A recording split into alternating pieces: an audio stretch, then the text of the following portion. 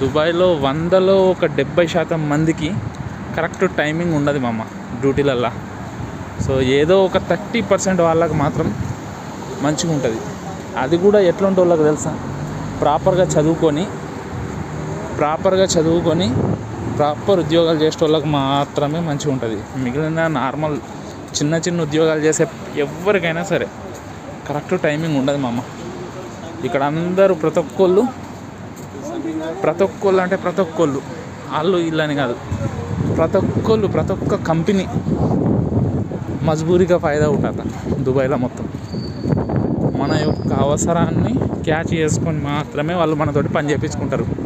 కాబట్టి దయచేసి వీలైనంత వరకు చదువుకోర్రి. ఏదైనా ప్రొఫెషనల్ ఉంటే మాత్రమే దుబాయ్కి రారి, అప్పుడే మనం సక్సెస్ అవుతాం. Please subscribe.